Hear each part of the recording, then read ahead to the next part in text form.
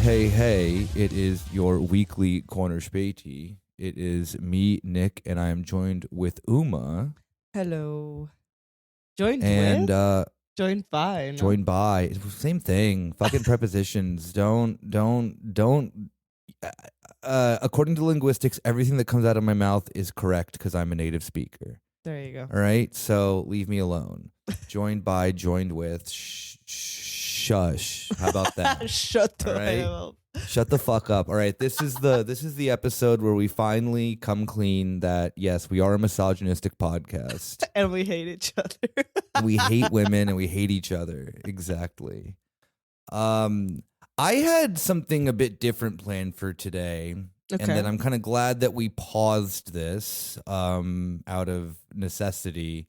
And then the world decided to get cool and weird. And then the episode is going to be a bit odder. So I wanted to prepare for the class a presentation on the Munich security conference because it was like 2-3 weeks ago now at this point. Mm-hmm. And I feel that we've had like enough time to like digest it, and then everything that happened at it like came true.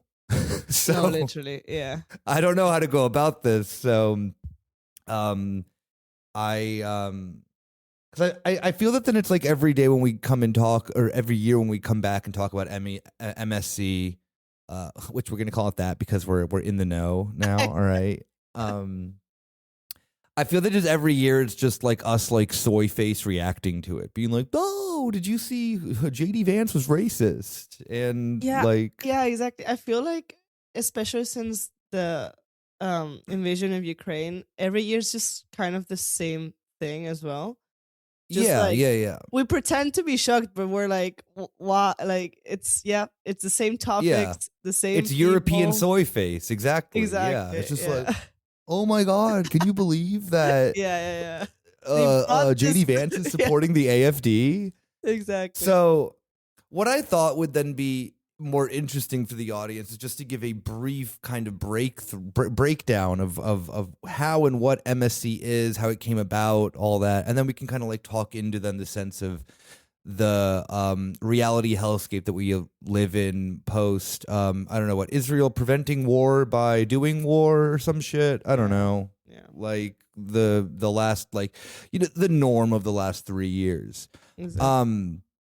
So I think the thing that I found that is the absolute funniest thing about MSC is who started it.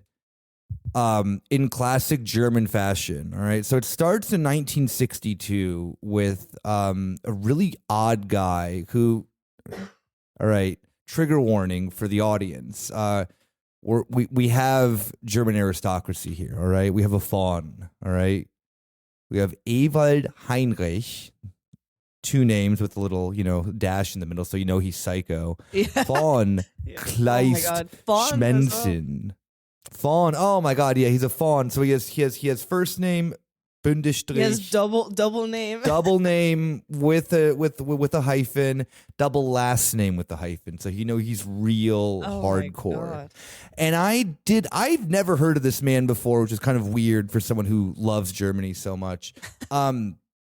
But he, like, the thing that I found really peculiar with him is that then when he starts the MSC in 1962 and kind of like people have like known about his family's history and this and that, he does the typical post World War II thing of my family, we always hated the Nazis. Yes, I was really high up in the Wehrmacht, and he ends up becoming part of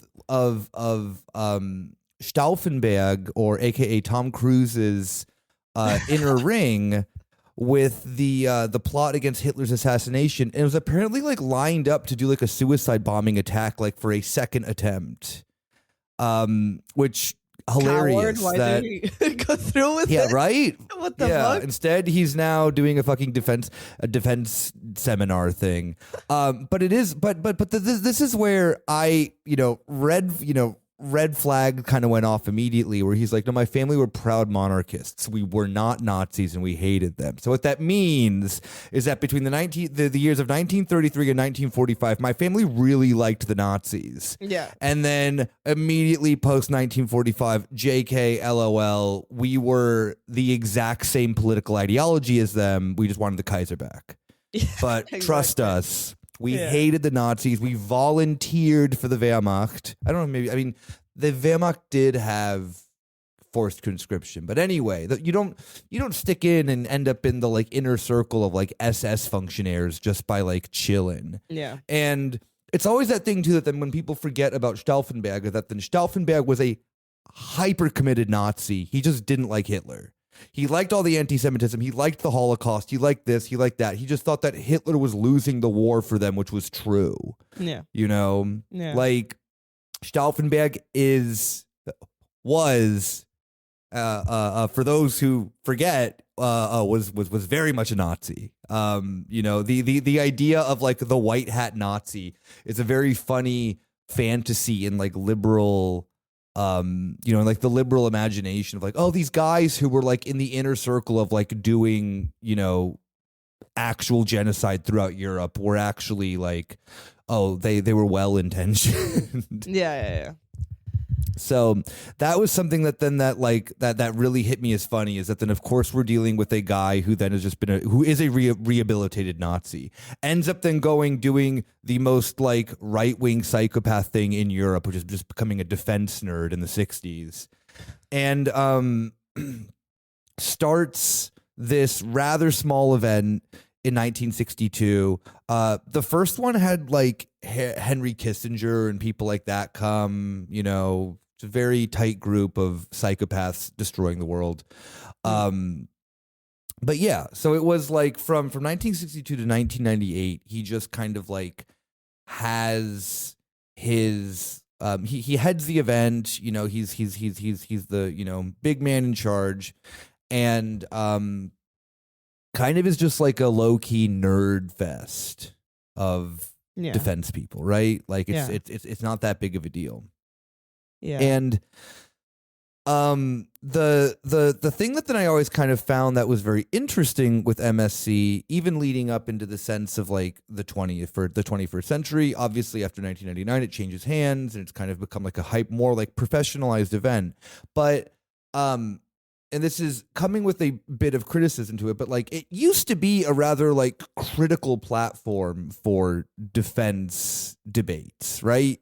Like there were delegations from like Iran that would be invited, and not like fake Iran, like the actual Iranian government. Russia would constantly go, China would go, and they would be on these panels talking about their positions on foreign policy and defense and stuff like that.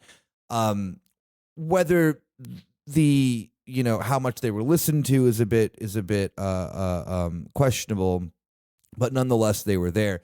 And a very funny bit of insight that I know from a friend of mine who went to MSC during COVID is that allegedly the Iranian delegation gave everyone COVID, which is very funny. That is such a random fact. It is, yes. A friend of mine went to go cover the Munich Security Conference, and this is when this is the beginning of COVID too. So shit was like, this is like early 2020. Remember this happens. Yeah, this happens in February, and the Iranian delegation comes and are apparently just sick of shit, coughing all over everyone, this and that and that. And it was like one of the first big super spreader events. That is so funny. Salute to Iran again.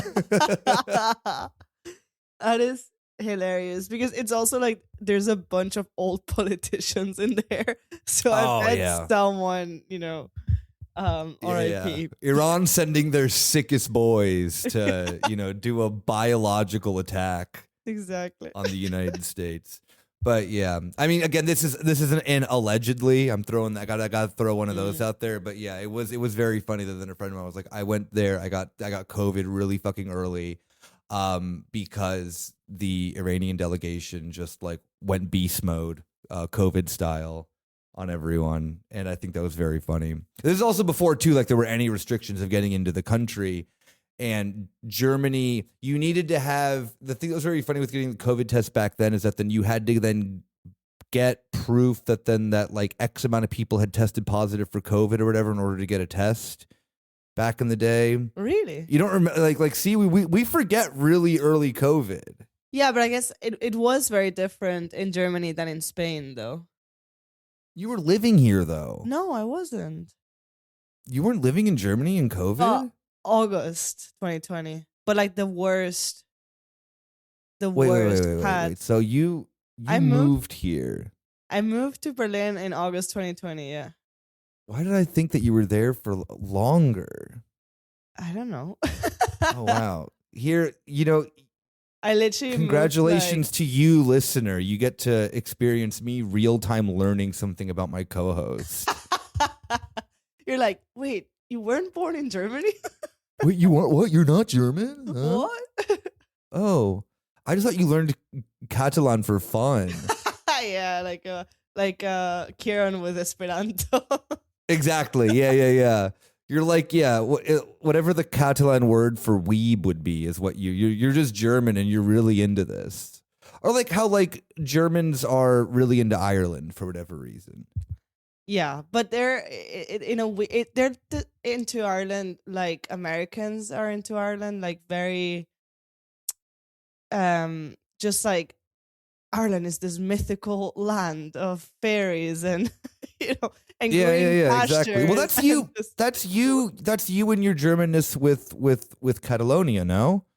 Exactly. Yeah. Yeah. So I mean, but I guess you're actually from there. Crazy. I learned something new today. But anyway, back to No, sorry. It's just like that. I remember because in Spain it was lockdown was so hard. And then people in Germany were complaining. It's like, you could still go for a walk. We could not leave our houses in Spain. Like this was jail, Yeah. No, it was, sorry. We were on the precipice of full blown authoritarianism because you needed a test that you could easily fake to like go have dinner. That's crazy. That's crazy. I know. What do you mean you had to get like multiple people to test positive to get like that's so weird. No, yeah, remember, Germany doesn't function. So like the early they didn't have enough tests. No, yeah. So the early way of getting tests is that then you had to like have been in an event that had like a COVID breakout, which is also very weird because it creates that like bureaucratic feedback loop of that. Then how do you get one of those to begin with? Yeah. So yeah. A lot of people that had to go, like a lot of people who were at Munich Security Conference then went and had to go get tests. And for a lot of them, it was very difficult because then it had to have been proven that then people who were there were testing positive. So anyway, tidbit of information that I think is very funny. Salute to the Islamic Republic for that one. You'll be getting a lot more salutes throughout this episode, mind you. But anyway, back to then Munich Security Conference. So the thing that then kind of like as mentioned before of that the Munich Security Conference kind of came off as a much more critical event. And I think that there's maybe three main things that kind of come to mind of the average person that happened here that they may not actually know that then was actually at the Munich Security Conference. One of the biggest ones that then I didn't even know was then when Joschka Fischer, who at the time was Germany Foreign Minister, Greens guy, kind of publicly like denounces the US's willingness and desire to go to war like with Iraq with like WMD findings and this and that and that. And that's kind of like the first big event where then Joschka Fischer comes out and he's like just being like, I don't believe this bullshit, which for Germany, who is then now in hindsight America's like second biggest cuck in the world. It's very interesting kind of to see that then it isn't just like a cheerleading event for NATO like it is now. So yeah, Joschka Fischer then in 2003 kind of gives this like big, statement in the sense that he doesn't believe the United States in their findings. And surprise, surprise, he was 100% correct. Does not mean that Germany didn't go into Iraq eventually. Yeah. Germans love doing this thing where they're like, oh, well, we went to Afghanistan and like we like hesitated with Iraq. And it's like, yeah, but baby, you're in both of those now. Or at least, you were in Afghanistan until they like, took them out. But you're still in Iraq. And that might be a problem. Yeah. And another one of the really big events, too, that then was there is that in 2007, Vladimir Putin gave like one of the big keynote speeches, which to think of in 2020, post-Ukraine war world is psychotic, like would never happen. And it's very, if you know of Putin's argumentation, pre-Ukraine war stuff, it was very much in the sense of like, being very hypocritical, like, the West is very hypocritical, Russia is, trying to do peace, this and that, NATO's a problem, blah, blah, blah, blah, blah, blah, blah, blah, blah. It is kind of I had a conversation with a friend about this actually the other day that it's like the people that are weirdly still pro Putin, I think just like have this moment of him encased in amber, thinking that then they're like, oh yeah, no, like Russia doesn't want, aggression, and Russia doesn't want this, and Russia doesn't want that. And it's like, yeah, like you're like, your view of Putin has not changed in 20 years. Yeah, no, exactly. Yeah. But yeah. And as you mentioned then, like previously, of that, then now it is very clear that the vibe of the Munich Security Conference has changed drastically post Ukraine.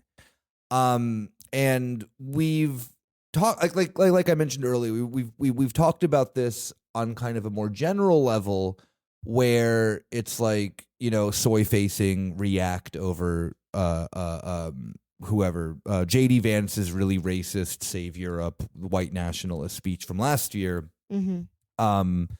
And the kind of then, and the discussions that then happened this year, I feel were even odder because it was the exact same thing, but then Europe didn't really react to it.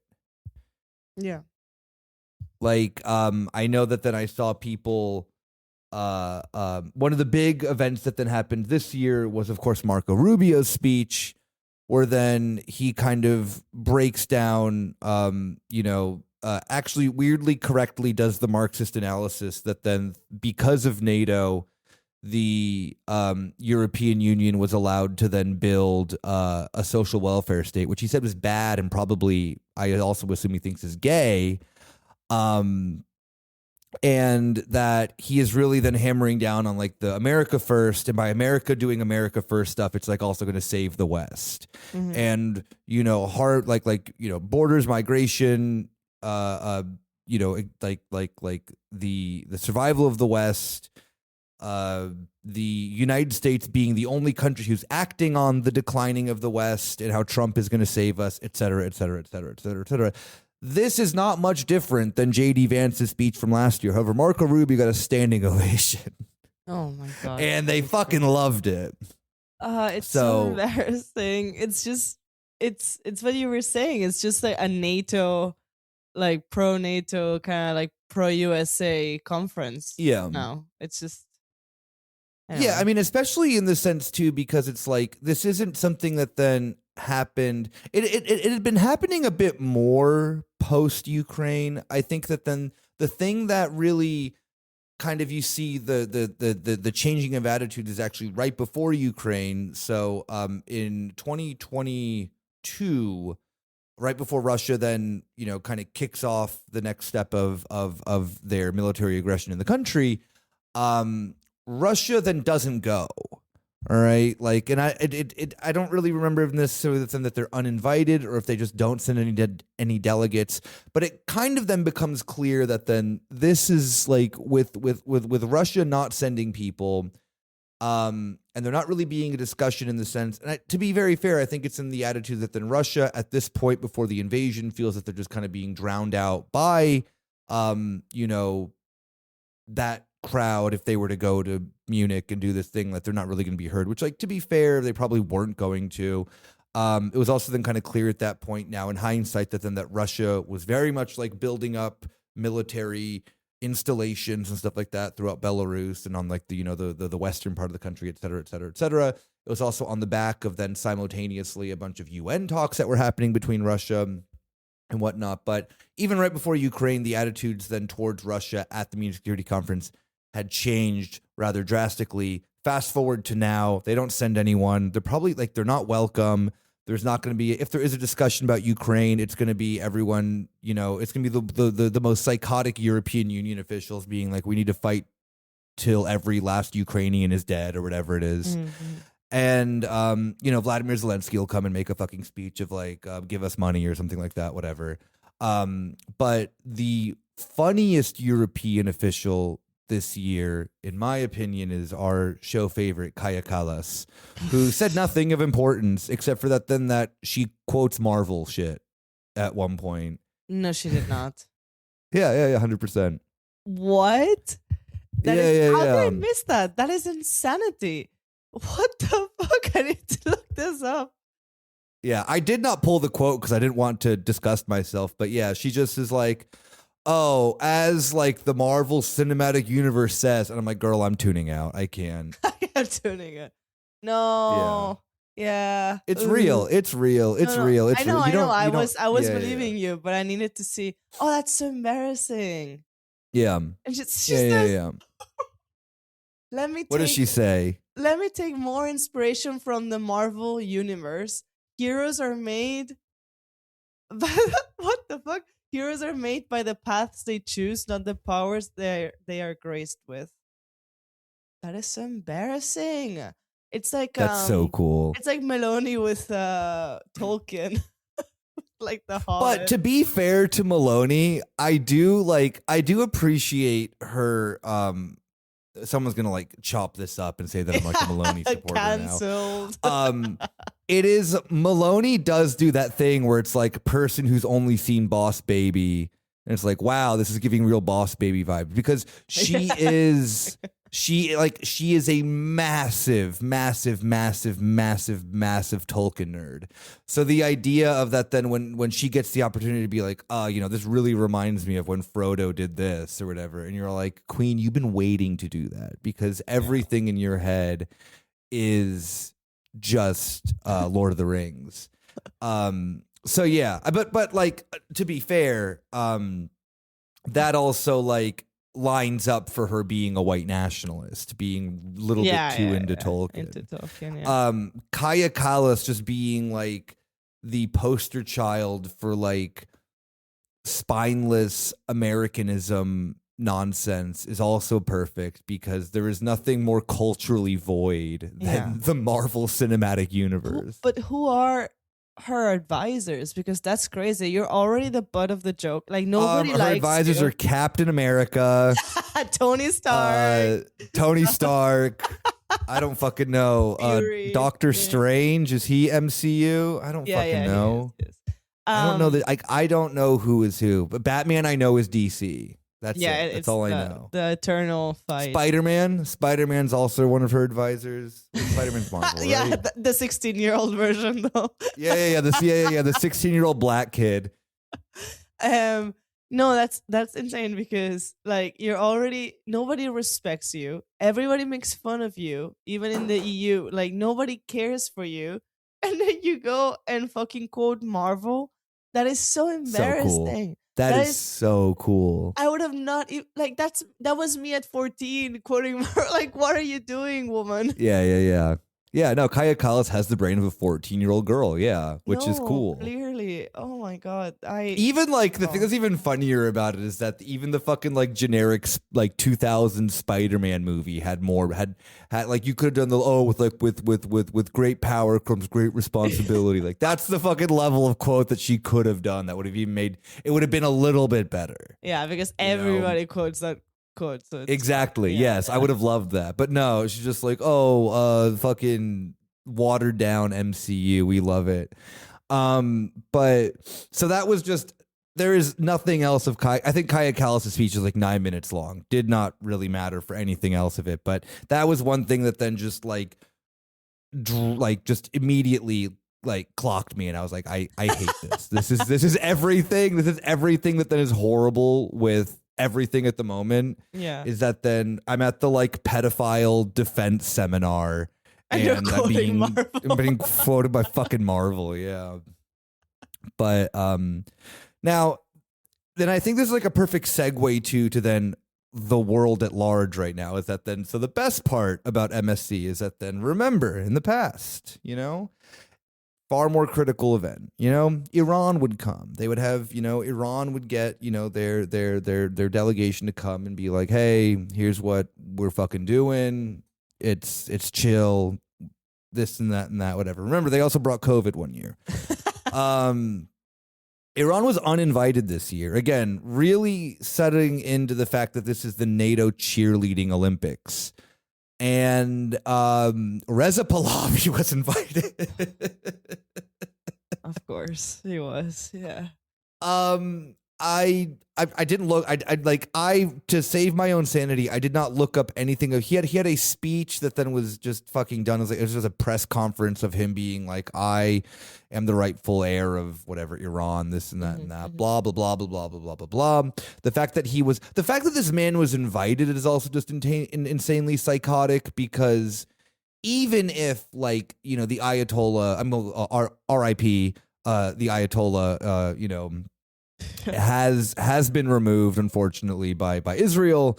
The idea that they're just gonna like put back in the Pahlavi family is the most wishful, Western, deranged, psychotic thinking that even the West doesn't believe in. And so there's a hilarious moment where then Pahlavi is on like a panel with a bunch of fucking losers who I don't remember. Of course I remember one of them is Lindsey Graham. Oh, all right. You know, our favorite closeted homosexual from the Trump administration. Yep. And they ask Lindsey Graham on face value of like, oh, do you think that like will the United States install Pahlavi as a leader? And then he just straight up says no.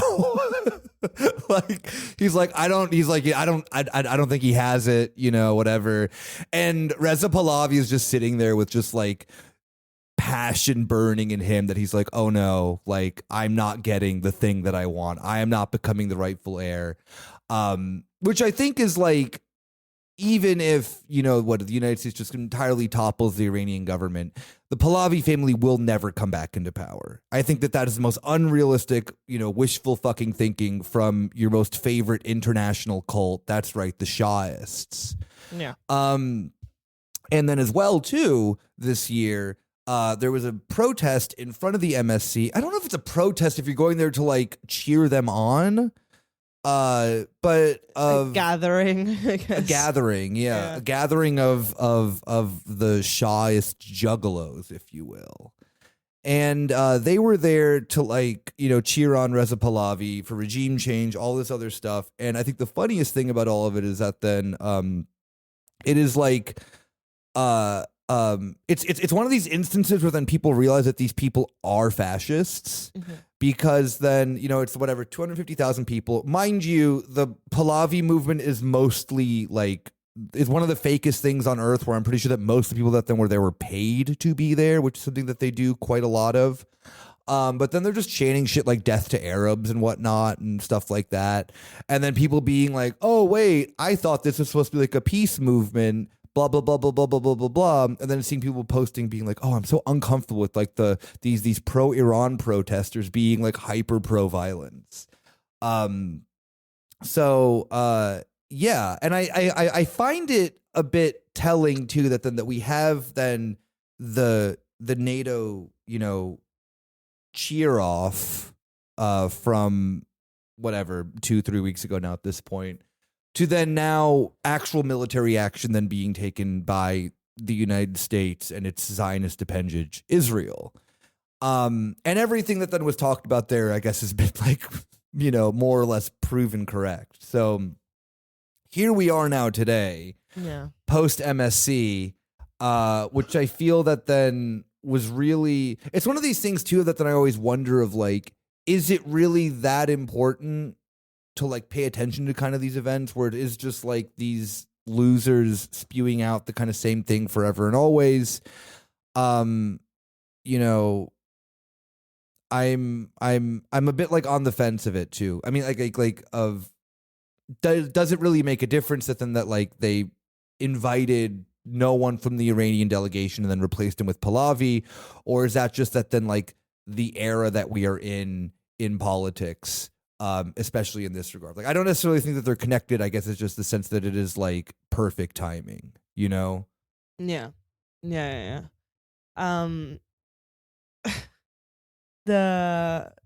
What's happening right now in the world, like the whole thing with Iran has been so weird. as someone, I will say I didn't know much about like Iran as a country, the government, the Shah, everything. Well, good for you, because the average European or the average person does not too.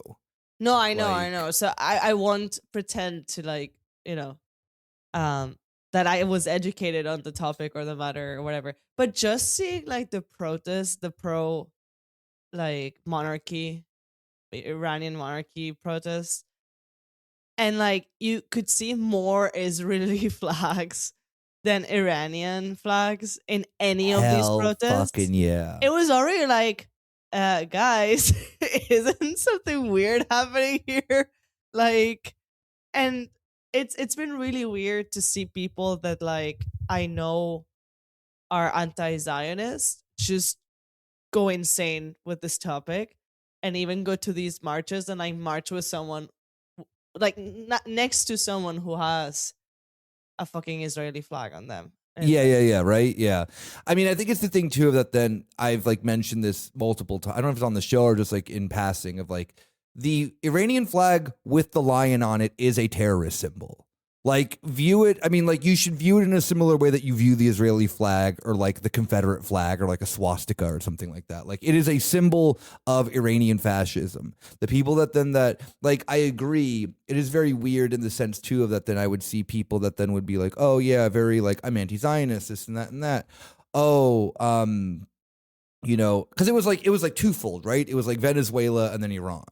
And then I'd be like, and this is kind of the thing too of like where the aspect that then that people are like, oh, Israeli propaganda doesn't work anymore. It's like, well, it actually does, just not on Gaza, right? Like the amount of that then to all the people that then that were like spending their time like copy and pasting, like, yes, were there legitimate protests in Iran? Yes, of course. Like, is there problems with the Iranian, government and this and that with the Islamic Republic? Yes, of course. Do you need to post about it when you don't know of anything that's going on? Probably not. Are you also then culpable within the sense of gathering support for a, Zionist Western intervention of Iran by posting? And I would argue yes. The sense of it's like, I think that there's a lot of time where the left gets duped on things where it's like, oh, I want to be a good person, this and that and that, da-da-da-da-da.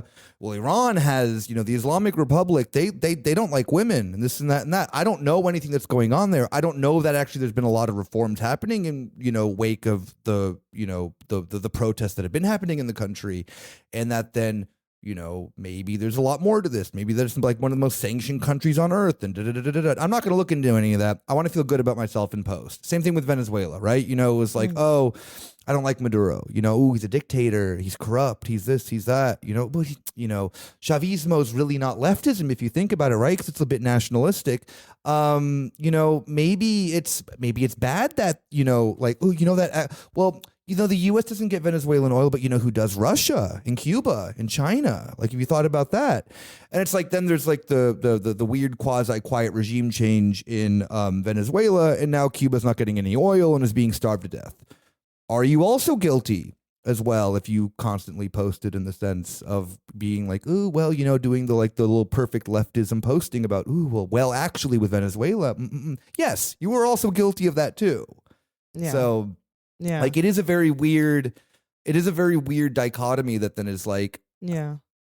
I'm not saying that you have to be a fucking like expert on everything, but it is like a lot of people fell for like Western Zionist propaganda regarding that type of stuff. It is such a thin line. It is as a dichotomy, as you were saying, because you don't want to be the person that is like, no, I'm not going to say anything because I don't know enough about it. Because like, how many times have we heard that about people that didn't want to support Palestine, right? Like, no, it's so complicated. I don't want to talk about it because I don't know enough about it. So you don't want to be that person. But then for some people, it's so easy to then fall into what you were saying, like the Western Zionist propaganda, instead of like, because they don't want to stay silent on something that matters, but then they choose.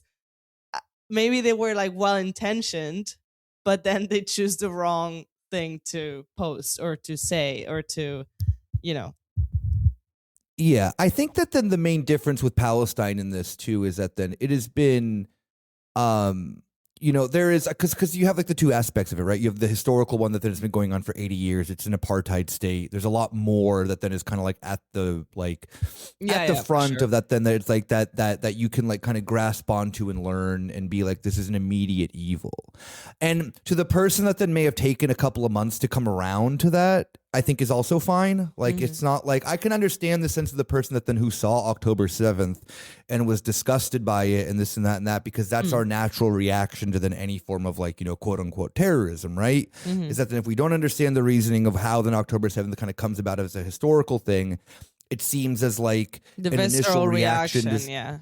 Exactly. Yeah, and so you're like, oh well, I saw, there were people at like a dance festival and this and that's really tragic, and then eventually over time, after months of then seeing Israel's just relentless, brutal, genocidal aggression, people then kind of coming around and being like, oh, okay, no, I support Palestine. Iran like came and went out of the media sphere in like 2 weeks. Yeah. Like it is this thing that then that's where I think it's a bit different, is that then it feels a lot more, again, like I said, there were protests in Iran, there were like, riots that then were happening. Who started them is also the big question. Like there's a lot more, I think, into the sense that then where you can like take your time to back up, learn or whatever that then you have to do, and not necessarily like immediately post about something, And I think that's like one of the best things was friend of mine, also listener of the show. So if you are listening to this episode, hi, thank you. I'm not going to call you up by name, but posted, they are Iranian. They were like, just like, you're better off not saying anything. Like you're doing so much damage by then trying to be like a good lefty that then you're not even listening to then like the left internally in the country. And that's kind of always my position with it too, is that then if I'm like lost on something, well then what statement can I find from, internal leftists within the country, right? Like that was the thing too, when people were like looking at like, oh, what does the PLFP say about what's going on right now, right? And it's like a very clear line from the PLFP that they're like in marching alongside in the resistance, this and that and that, they're not condemning it, blah, blah, blah, blah, blah.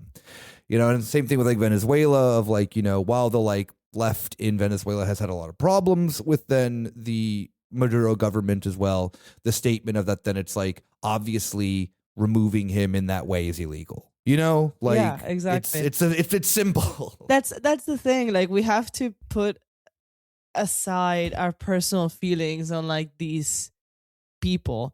Like I'm not gonna fucking go and defend the Iranian government, but like bombing the country. That's what I'm here for. That's what I'm here for. All right, yeah. Exactly. Yeah. No, but like, or Maduro, right? Like, sure, I'm not gonna go. Oh no. I will legitimately defend Maduro. That is one that then I will not budge on. No, I know. But like the other kind of like leftists or whatever that they're posting about this, it's like it doesn't like the point is not Maduro. The point is not the Iranian government. The point is what these other governments are doing to this country, these other countries that they should not be involved in, like at all. Yeah, like that is the point is not the people in charge of those countries. It's just the fact that there's two other countries that are just bombing, like, and killing school children. Like, yeah. I mean, yeah, like that's I think like a perfect segue into the sense of that. Then it's like where we then currently stand today within the world of that. Then it's like on what was it, Saturday morning, right? European time, right? That Israel and the United States actively go and bomb Iran. One of, I think the most notable things that they hit a school, a girls' school.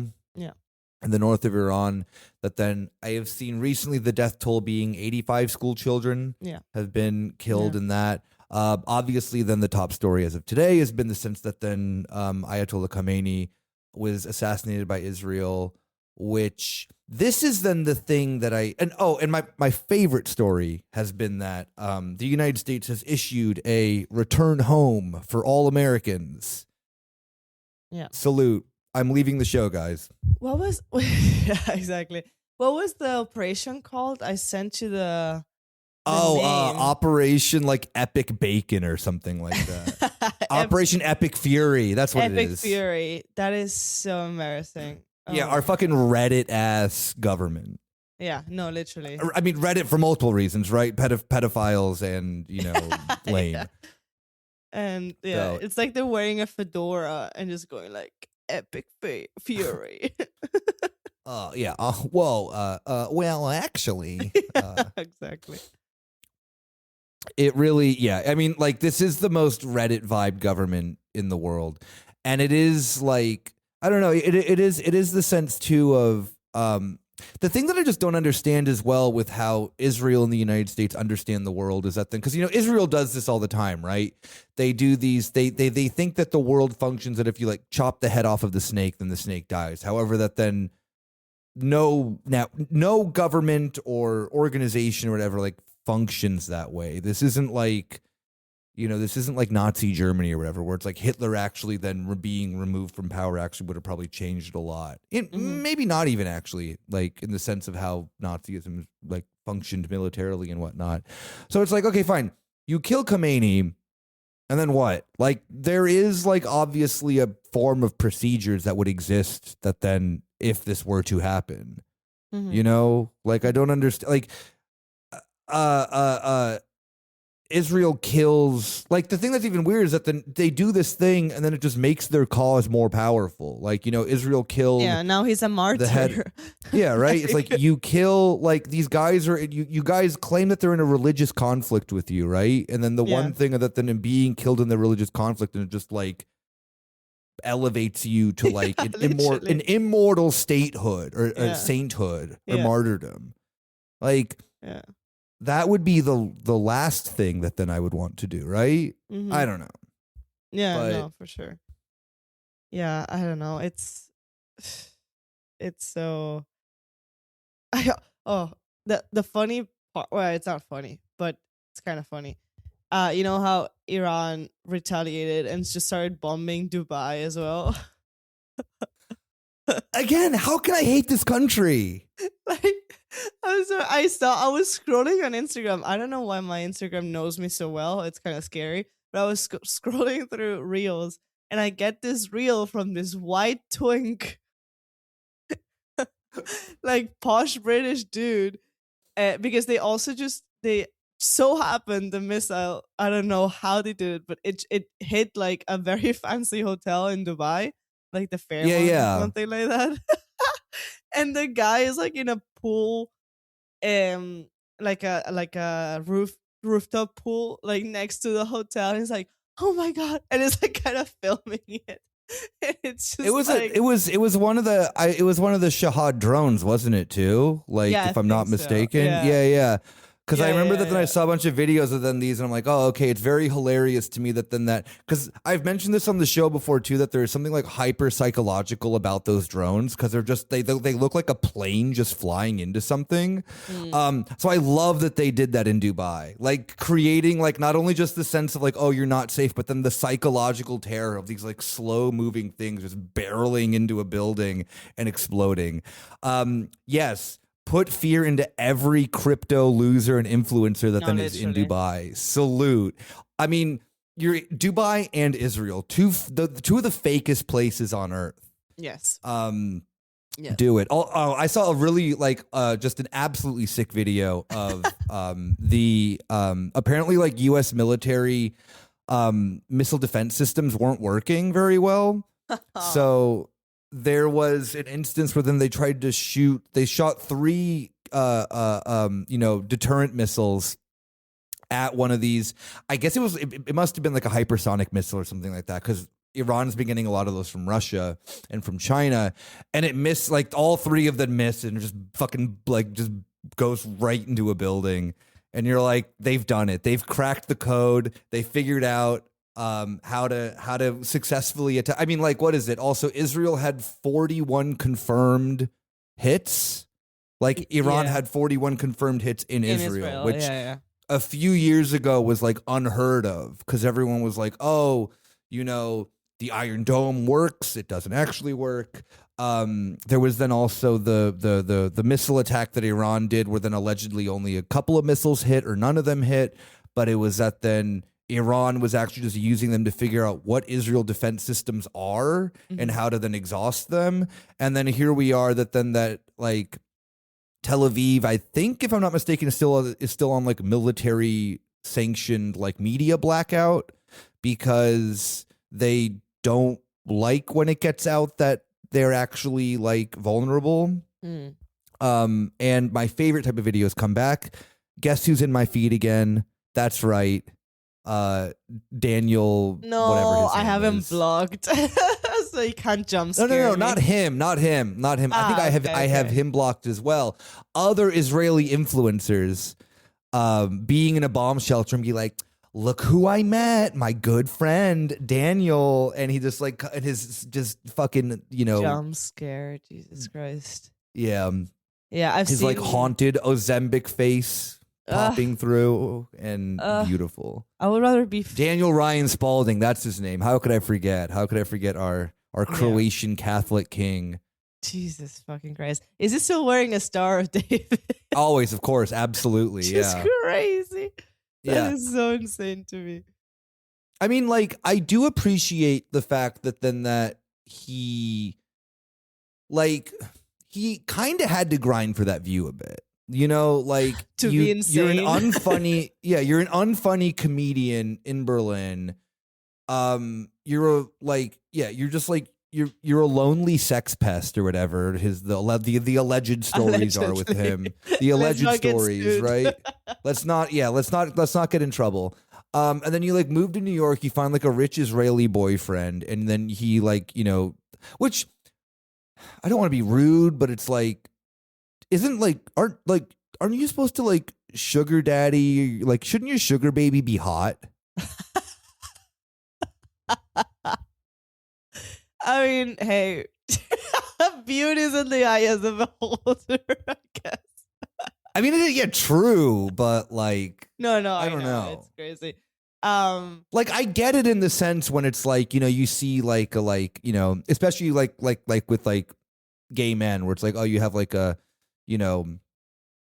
whatever, like the stereotype, right, of like the young, beautiful little twink.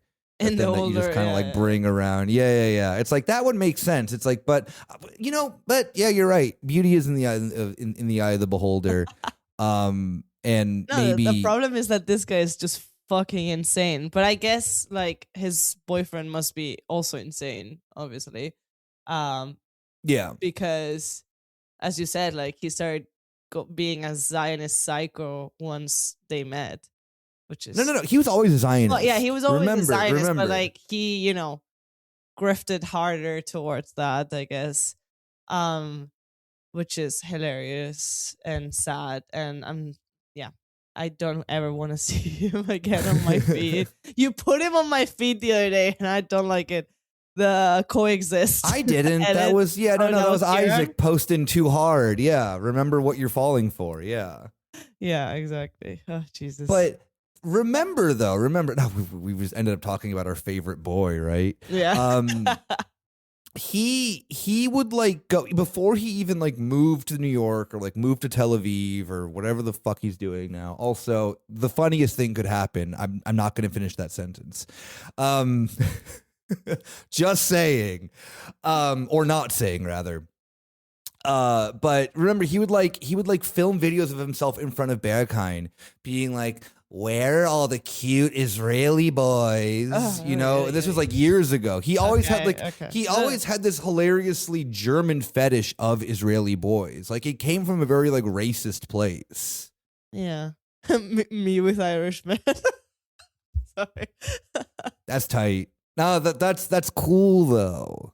Because they're not usually Irish people are not as insane as Zionists. Yeah, they're normally quite sound and they're nice. Yeah, I get it. You know what? Of the one stereotype of then like a lot of women being into Irish men, that's like the one that I fully get behind and understand. Yeah, I fully support it. It's the only type of fetishism I will allow. All right. Anything else? Thank cringe? you for validating me, Nick. That's Yeah. Oh, like, cause I mean, yeah. Anything else? If I hear like, oh my god, like this is one that then so German pill, like just too Germany for me. My favorite version of this type of shit is like, I'm gonna throw so many people under the bus right now. I'm sorry. I'm not gonna mention anyone by names. But it was very funny in the sense of, no, it's not anyone that it's not like personal friends of mine or whatever. It's the things I've observed being a little fly on the wall. Yeah. I've seen. The amount of like white German women in the Palestine movement that just like fetishize Arab dudes is so bad.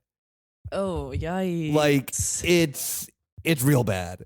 You know, I mean, you know, it happens in any movement, right? When you're like dealing with but it's like there is something, I don't know what it is with German people. They like can't turn off that, like, you know, that type part of their brain, right? Yeah. Like it's the thing too of like, you know, because like you lived up here in Wedding, near like where I live, and you know, like where you have like Kongostrasse. Oh yeah. You know, oh, Jesus, it's like, imagine the German who is so stoked to live on that street. You know that person's real. Finally, I made it to the Africa corner in Wedding. Exactly. Yeah. It's like, it's the thing too of like Germans love doing like, they'll like do like a thing at like the Volkshochschule where it'll be like African drum course. Oh Jesus. You know? Yeah. Like, yeah. I will or yeah, go on. Oh no, or just like, you know, with the Cuba movement, right? Like how much like Latino fetishization is there too. Yeah, no, for sure. I mean, I've never cringed harder than going to see there was this like Palestine Film Fest thing a couple years ago, and they showed this documentary, and then they had a Q&A with one of the people in the documentary. It was of the West Bank, and this guy was still in the West Bank. It was like remote, and just the questions, man, just like white Germans are just so fucking cringe. Just being like, also just asking him like, oh, what can we do to, I don't know. It was just really weird. Like the vibes were really weird. It felt very like victimizing themselves as well. Right. And then just like, it's like the land acknowledgement thing of like the American Institute or whatever. Like it felt like that. Right. Like just very like almost like acting like sorry for being white and having privileges, which sure you should be, but like people of color don't want you to be groveling like in front of them. Like, yeah, it's weird. You should just It's like, you should acknowledge your privilege without being like, oh my god, I'm sorry, what can we do? It's just like, bro, stop being weird. Also, it's not their job to educate you as well. Like, you know. Yeah. I think that's very much the thing that then like differentiates like actual like liberalism from then like socialism, right? Is in the sense of it's like you said, there is this sense of acknowledging the sense of like the historical framework in which you exist, in which you have benefited and privileged from. Sure, great, we all should do that, whatever. Like, but then doing that like extra next step of that, then where you do the thing of that, then actually by me checking my privilege, I'm the victim. Like, yeah, it's so weird. Germany is the best at it. Yeah. Where it's like, how do I make myself the center of attention? Right? Yeah. Like, by showing how much of a good white I am. Yeah. And how much of an ally I truly am. And how not like my Nazi grandparents I am, you know? Yeah, right. Yeah. I mean, it's so much into the sense too that then where I've like gotten in conversations with Germans about it, and they're like, well, like we live in like a special thing because of the Holocaust. I'm like, but you don't. You know, you've just made yourself out to be the most special genociders ever. And instead of doing then like the realistic thing of that, then realizing ideologically how this happens, you've just weirdly somehow made yourself a victim in the thing that you did. So you are doing just like the weirdest form of apologia of like, oh, no. Actually, the Holocaust only could have come genetically and ethnically from Germans because they have the Hitler particle, you know? And we're just, we have German original sin that can never be forgiven, you know? Yeah. It's why the anti-Deutsch movements is fascist, right? Because they believe in like genetic, like teleological Germanness, right? Yeah. Yeah, it's like we've talked about this with guests on the podcast as well, like Jewish people in Germany as well. It's just like, especially if you're left, like they were like, yeah, every time I go to a party with German people and they know that I'm Jewish, they are weird about it. Like they're weird about it by trying to be too nice and like kind of apologetic, and it's just like what? Like, it's so weird. They don't imagine I went around to like South America just saying I'm sorry to everybody that I meet. Like that is Lo crazy. siento. Lo siento. Yeah, like it's weird, and they don't want your weird vibes and sympathy and I don't know. No, yeah. I mean, like I mean, we could go on talking about forever for this, but yeah, that is definitely. I don't know how we ended up here. That's fine. I don't know. The world. I think it's a sense that then like we had originally like a real episode planned, and then like the world is just like we're on like the verge of nuclear war for like the 9 millionth time in 3 years. Yeah, exactly. And I just can't keep up anymore. And it just feels so daunting in the sense of it's like I'm like we're in this era where everything is getting so much like so significantly worse, and it's like I feel no hope because exactly like that. I'll go to like an event or something like that, and everyone will just be like fucking victim blaming themselves or whatever. I'm like, okay, we are getting nowhere. Yeah. At least not in these form of politics. They're like, oh yeah, really hosting. I'm guilty of this too because I literally hosted a talk a few weeks ago. But it's like, yeah, all these talks are really going to fucking jet set the revolution, right? Yeah, like we just. Shit sucks. Yeah, it does. It does. So we keep shit talking Germans, and that's right. Exactly. Okay. That is the only way that I can feel good about this scenario. That the knowing that then that the place that I live in is terrible, and it's fine, and we all feel better by doing so. Exactly. But anyway, on that note, keep shit talking, keep hating. We will see you on the bonus episode. Bye bye. Take care.